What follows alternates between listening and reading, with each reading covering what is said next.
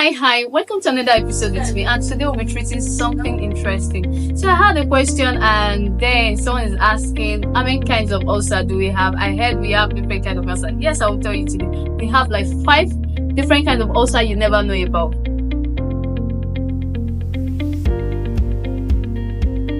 Okay, welcome back to my channel. So today we'll be talking about 5 different types of ulcer you never knew existed. And the first one is genital ulcer. Yes, down there.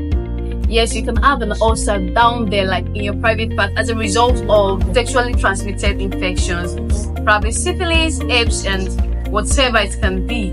And so, how do you know this is a genital ulcer? When you have a kind of sore around there, and then it doesn't heal after 2 to 3 days, and then you start having a kind of dry, scaly formation around it, and you start to feel a kind of pain, sharp pain around that area, then you should know that you have a genital ulcer.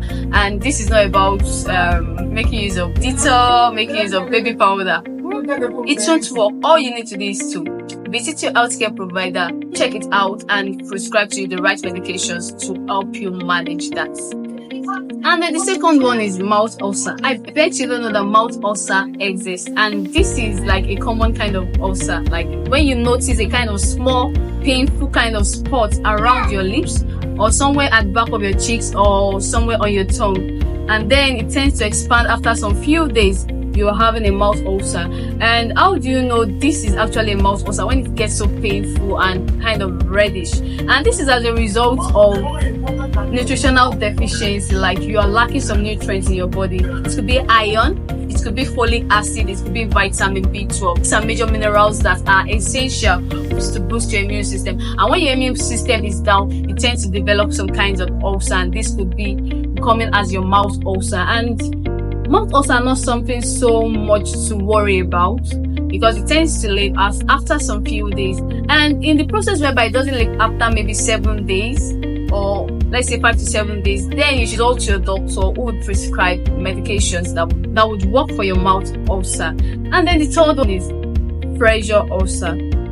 This is not really common, but common with patients, like patient that spends so much time in the hospital, and then not just spending so much time in the hospital, but spending so much time at one position, like, and this is for patients that are bedridden, or some kind of people that just find themselves seated in one position. It comes in the form of sore. Don't forget, ulcer looks like a sore.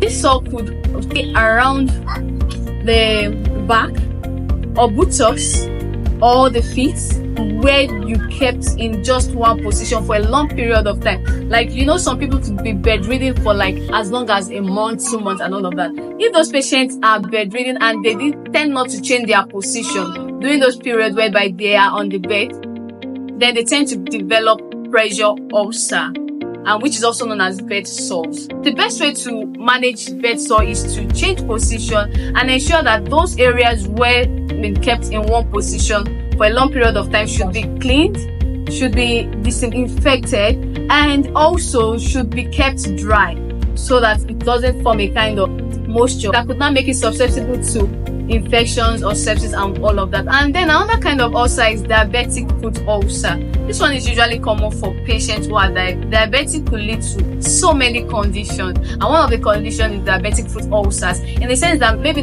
such person has a wound around his leg. That wound tends not to heal fast, like the sore tends to expand the more. It expands and doesn't look healed, and the nerves have been damaged. The nerves around the feet area where that wound occurs has been damaged, and this will now lead to more expansion of this wound, especially when it's exposed to infections and all of that, and then it develops into an ulcer. And at the long run, such foot, if not well managed or early detected, might have to be amputated.